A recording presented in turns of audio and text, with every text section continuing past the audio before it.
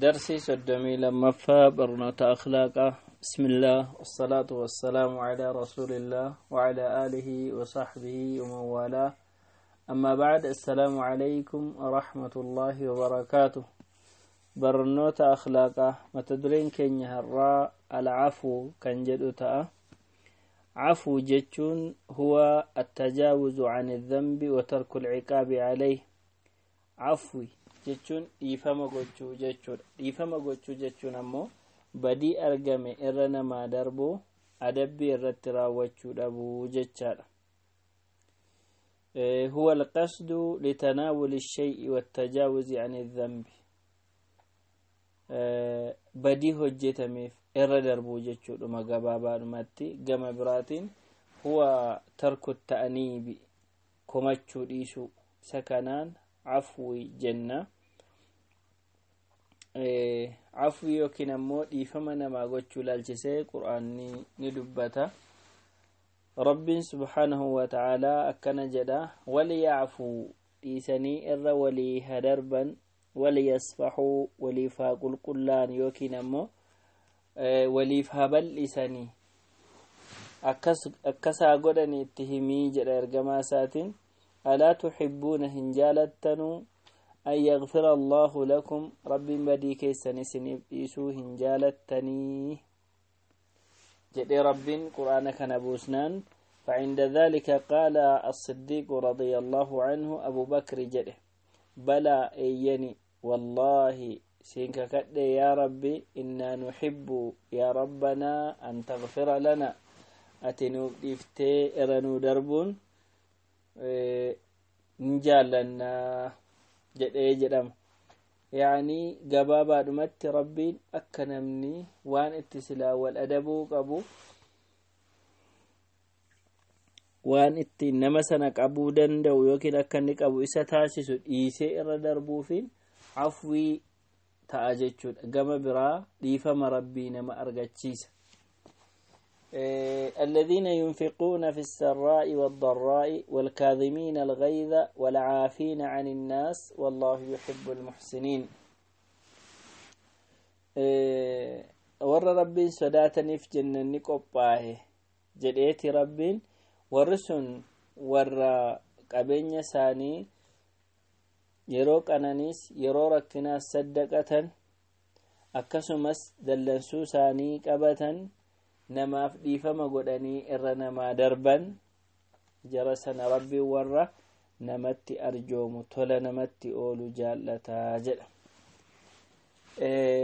والعافين عن الناس جتون يكيد ورينا ما بدي سنيرة دربان جتون إنكن نما هما نمتول كميف دي سنيرة دربوف كيسة تمت قوتشانس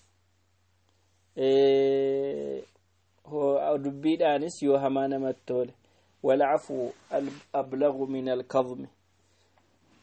دلنسوك أبتشو دلنسو في اتسو جالا يعني إيفما قوتشون إسرج على قبي يعني بلا راجتشون دلنسو في قبتيك ايتي غراكي سوتون كاتن إيسي إردر بوان تأيف. ربنا كنجدا وجزاء سيئة مثلها. كفلتين نما هما نمتولي هما نما كسنا دي بسودة إرد بلومتي إرد عالجي سومتي همو مسنة دي بفما جد هاتا أقادوبة. فمن عفا نمني دي سي إرد دربك يعني نما كنا همتو دان دي بسو في دبي وأصلح قلبي ساتولج يعني قرابا لتيتما ديسي كيسما قل لايف جتشود فأجره على الله من ننسى رب الرجل إنه لا يحب الظالمين. رب ظالمه هنجالة نما ميد هنجالة وجد. ابن عباس رضي الله عنه آياكنا لالجسي يادا يروك النمال جدا من ترك القصاص نمني قما بهاتشو يوكي قدو بهاتشو يود إيسي وأصلح تلچه بينه وبين الظالم قدنا مميد دايساب قده بالعفو دي فما قوتشون فأجره على الله من دانسا رب الرجل جتشون.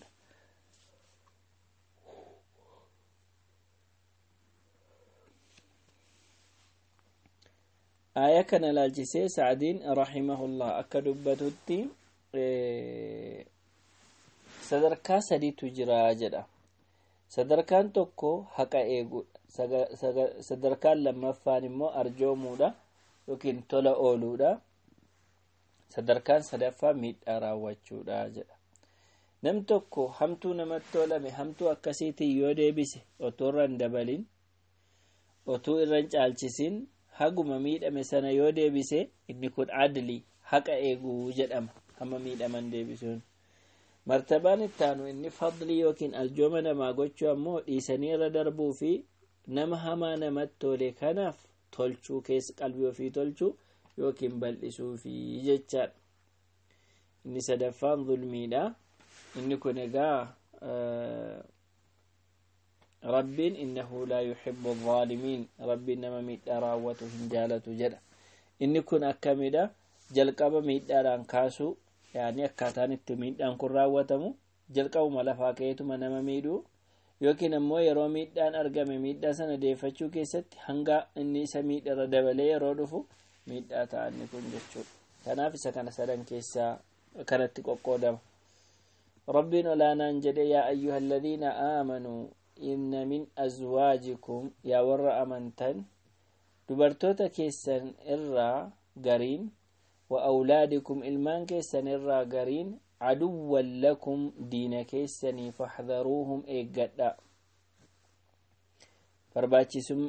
barbaachisummaan aayaa kanaa waa'ee diinummaa isaanii otoo hin taane wa in ta'fuu yoo dhiistanii qabu waa badii isaaniitiin isaan qabuu dhiistanii wa tasfahuu badhistan keessaan itti qabamuu baattan wa taghfiruu araarama gootaniif فإن الله غفور رحيم ربين إيسادا رحمة نما قدادا جدا إيقان عفوي لالجسي ربين آياه الدوكي ستي أكنمني عفوي وچوك أبو أكسو مسبوع أو فين قبو دبتا جتشو رسول ربي عليه الصلاة والسلام مال جدو ما زاد الله عبدا بعفو إلا عزا ربين قربيتشتوكو وانتني دبلو هنجرو gatiin dhiifama namaa godheef waan biraa wanti inni dabaluuf hin jiru maal malee illaa izzan cimina malee.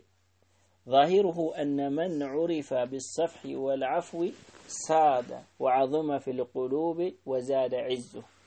كان جتشم مالني نمتك يو dhiifama namaa gochuun beekame irra namaa darbuun beekame ol gooftaa ta'a yookiin ammoo sadarkaa isaatu guddata.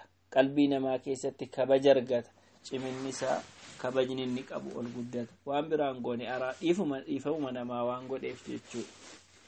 inni lammaffaa an yakuuna ajruhu ala dhalika fi al-aakhirati wa izzatuhu hunaak asitti qalbii namaa keessatti guddina argata jechuu isaaniiti rasuulli rabbi alayhi salaatu wassalaam yookiin ammoo آخرت من دا قد أرقت جتشودا جريتو يا رسول ربي عليه الصلاة والسلام كان قاضي عياد إبستكن لما سايو حقيقة إفما جرور راكئين ارحموا ترحموا واغفروا يغفر لكم جرى رسول ربي عليه الصلاة والسلام رحمتنا ما قد ربي الرحمة سنين قد إرنا ما دربا ربي بدي كيسن إسني إساكي بدي كيسن تو إسني إيفما نما قد أجدا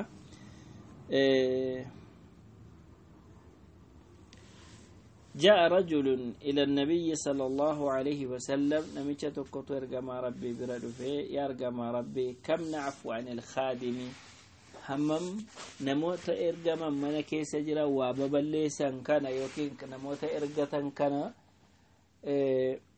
yeroo isaa waa balleessan hammam yeroo meeqafaa akka jechuuti. badii isaanii kana hammam araarama isaanii goonaa jennaani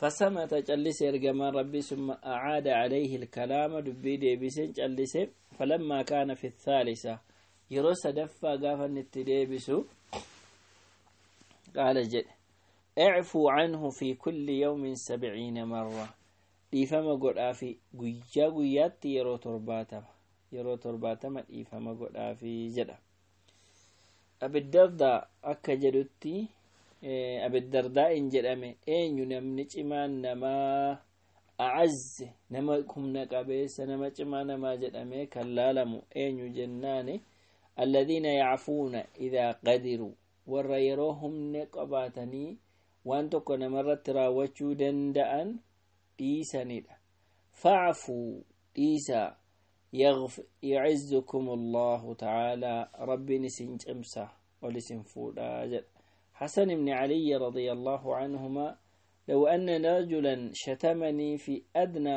هذه واعتذر في أدنى الأخرى في عفوا لو أن رجلا أتنمتك شتمني الربس في أذني هذه يقول ركو كان كيستنا الربس واعتذر لي فمن قافت في أذني الآخر لقبلت عذره يعني أسينا الربس يقول ركنا نمو أرارمنا قافت لي فمن أقول يونان جده أني أرارمني ساقوده يوكين بديسا إسافين إيسا جده يعني إفهم مقوشون أمام أكجال لتمات إجرى برد إدوك كمي أكاقبو ما إبسود أسرا كان بربادم إيقان قرآن كيستيس حديث كيستيس يادة سلفوتا كيستيس بفكنان إيقا عفوين barbaachisummaan isaa fi yookiin ammoo akkaataan jarri iddootti kennanii jiran beekameeti bu'aan kanarraa argannu maali kan jedhu ilaalla innis akka armaan gadii ta'a tokkoffaanii alcafuu rahmatun bilmusii nam tokko yeroo nama badii raawwate miidhaa raawwate yookiin waan hamaa ooleef dhiifamni yeroo godhamu nama sanaaf rahmata gochuudha wataqdiirun lijaanibi ضعفه البشري namni kun nama waan ta'eef dadhabina qaba kallattii dadhabinaa qaba nama waan ta'eef kallattii dadhabina namummaa isaa iddoo kennuufiidha yaani kana jechuun maal inni hin beeku waan ta'eef namni immoo dogoggoraadha jechuutu achi keessaa argama inni lammataa tawthiiqun lirawaabixi alijtimaaciyya hariiroo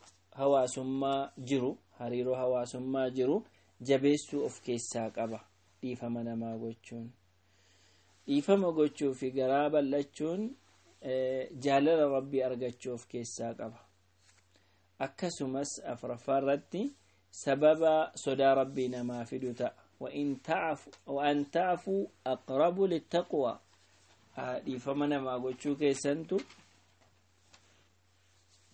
sodaa rabbiitti nama dhiheessa irra caalaa jedha inni biraa shanaffaan min sifaatil muttaqiin amala warra rabbii isaanii sodaataniiti warra rabbii isaanii sodaatan warra irra namaa darbanii waan ta'eef akkasuma namni dhiifama namaa godhee garaa namaa qulqullaahu aaragalfii lubbuu argata namni dhiifama namaa godhu cimina argata waan rasuulli rabbii alayhi salaatu wassalaam dubbataniif dhiifama namaa gochuu fi garaa qulqullaahuun akka namni wal jaalatu gidduu tokkoo fi hawaasaatti akka namni ofitti wal qabu nama taasisa dhiifama namaa gochuu fi garaa qulqullaa'uun tasgabbii namaa kenna akkasumas darajaan namaa ol ka'uu rabbi biratti jaallatamuu darajaan namaa ol ka'uu kanatu calanqisaa jechuudha akkaataatti dhiifama namaa godhanii irra namaa darban rasuulli rabbii alayhi salaatu wassalaam hedduu fakkeenya ta'anii dubbatanii akkaataa isaanitti dhiifama namaa godhan hedduu jira nabiyyi rabbii alayhi salaatu wassalaam dhiifama namaa gochuu keessatti iddoo guddaa sadarkaa olaanaadha kan isaan galmeessisan akhlaaqa gaarii amala gaarii qaban isa kanadha kan irraa mul'atu jechuudha jaalalloota isaanii yookiin namoota isaaniitti dhiyaatan osoo hin taane diina isaaniitiifuu irra darbaniiti kan beekaman yeroo isaan makka keessa jiraataa turan rabbiin maal jedheeni fasfahi safha aljamiil irra darbi bal'isuu bareedaa ta'ee jedhee ajaje rabbiin isaaniin فكان يقابل أذى أهل الشرك إرجما ربي يرو وري شركي رتوران وري كفري رتوران ummanni isaanii kun azaa yookiin cinqii garaagaraa irraan gahaa turan ergamaan rabbii ammoo isa kana irra darbanii fi du'aa'ii kadhachaa akka isaan qajeelan gochaa yaada jiru irra darbaati kan turan. Yahudonni Madiinaa fi munaafiqoonni khiyaanaa garaagaraa yeroo irraan gahaa turanis rasuulli rabbii alayhi salaatu wassalaam dhiifama gochaa turan. haala isaanii itti ibsuuf rabbiin maal jedhe ولا تزال تطلع على خائنة منهم إلا قليلا منهم فاعف عنهم واصفح جئنين أتي غنتوتا جرا كيسا أرغمن غنتوتا جرا كيسا جران أرغو هنيفتو نأغرتا ست ملتو إسان رتي إسان أرغيتا غنتوتا كانني أغرتاني nama muraasa jararraa ta'e malee yookiin immoo gantummaa muraasa malee isa kan waan jarri hojjetan khiyaanaa yookiin gantummaa jara biraa argamu ni agarta dhiisii irra darbiitti itti bal'isii jedheen. Rasuula rabbii alayhi salaatu wassalaam fi sahaabonni isaa mushrikootaaf dhiifama gochaa turan warra kitaabaatiifis yahudaaf nasaaraaf akkuma rabbiin isaan ajajetti jedha. Egaan inni kun hedduu rasuula rabbii alayhi salaatu wassalaam bakka baay'eetti kan isaan mudataa ture isaan irra darbanidha. haala bal'aa ta'ee fi haala baay'ee guddaa ta'edha kan isaan dabarsan. gaaf tokko rasuulli rabbii alayhi salaatu wassalaam eega madiinatti galanii harree yaabbatanii usaamaatiin uddeellatanii Sa'ad ibn Ubaadaa gaafachuuf deemaa turan. Sa'ad ibn Ubaadaa Bani al-Haaris ibn Khazraj keessa jira. Sun duula Badrii dura ture. Utuu deemaniitti rasuulli rabbii alayhi salaatu wassalaam namoonni mushrikni muslimoonni abadatul awsaan warri muka gabbaru akkasumas yahudonni walitti makamanii jiru turan. Achi keessa Abdallah ibn Ubayyitu jira. Bakka sana keessa Abdallah ibn Rawaahaa faatu jira. gaafa deemaa dhaqee owwaarri jaratti ka'u Abdallah ibn Ubay funyaansa cufatee wayaa funyaanitti qadaaddatee owwaara nutti hin kaasinii jedheeniin. yaani inni kun amma azaadha. deemaa dhufanii jara yaadanii miti isaan iddoo biraa deemaa dhufu karaa waan isaa yaabbatanii deeman owwaara kaasnaan owwaara nutti hin kaasin jennaan ergamaan rabbii salaamataa jara hundumaan jedhee jara wal keessa jiru gorsuudhaaf dhaabbate ergamaan rabbii. yaani kun usluuba da'waa rasuulli rabbii alayhi salaatu wassalaam fayyadame keessaa isa tokko akkaataa isaan itti da'waa godhan jechuudha. quraana jalatti qara'e Abdallah ibn Ubay maal jedha yaa namichaa jedheeniin ergamaa rabbiitiin waan hojjechaa jirtu kun sirrii miti hin bareedu jedheeniin. yoo wanta ati jettu dhugaa ta'e nu rakkisiin bakka nu teenyutti nurra deemte nutti hin dubbatin mana keetti deebii abbaa dhufetti dubbadhu waajaa kee malee nu rakkisinii jedhaaniin. yeroo kana Abdallah ibn Rawaahaa radiyallahu anhu nu haguugi owwaara keetiinis bakka jirrutti nuti kana jaallannaa jedheen. yeroo kana mushrikootaa fi muslimoonni yahudonni hundumtuu walitti ka'an. ergamaan rabbii jara walitti araarsee dhiisee biraa deeme. booda dhaqee bakka gaaffii dhaqee Sa'adiin biratti yaada kana kaasee namichi kun akkas ta'e Abul Hubaab waan inni jedhe dhageessee itti dubbate Sa'aditti. Sa'ad maal jedhaan ergamaa rabbiiti yaa ergamaa rabbii namichi kuni mootii ta'uuf ture otoo hin dhufin dura warri Madiinaa walii galanii Abdallah ibn Ubay kana mootii taasifachuuf turani dhufaatii keetiin sun jalaa bade kanaaf aaree hudhamee dallanee jira dhiisinii galatti hin qabaminii jedheeniin.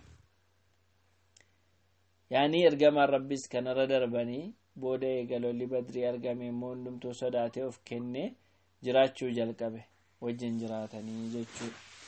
azaa hamma kana ga'u namarratti isaan fokkisiisuudhaaf yookiin isaan xinneessuuf deemamu kamillee rasuulli rabbii alayhi salaatu wassalaam dhiisanii irra darbaati kan turan. gaafa makkaan injifatanus ergamaan rabbii namoota makka keessatti isaan rakkisaa turaniif dhiisanii irra darbani. waan biraa waan isiniin jedhuun qabu akkuma Yuusuf obbolaa isaatiin jedheen isiniin jedha jedhanii لا تثريب عليكم اليوم يغفر الله لكم جلانين كومات أرن كوماتمتني ما كسقوتني سنين جدمو ربي أرارم سنيها قولوا جلان أكسم رسول ربي عليه الصلاة والسلام نموت حماتني با يرجم ربي ركسا كيساتوكو عكرمة ابن أبي جهل تري ilma أبي جهل إكرمة تري إسا كنس بودا أكا وردو كيسات مكان ور أجفمو قبو كيسات مكان سابو بيكنان بقتي بيا به هاتما ناسا جارسما فوته في الدير جما ربيتي أرارسيتي جتشور إغاني هدو وانت سلافوت الرا أرقم أرارم نجرو باقي هدو كان الرا كوتين نم tokko araarama namaa gochuun badii namaa dhiisee irra namaa darbuun islaama keessatti iddoo guddaa fi barbaachisaa akka qabu agarsiisaa jechuudha. darsi itti aanu hanga walitti deebinutti haadaa wa sallallahu wa sallama ala nabiyyina Muhammad.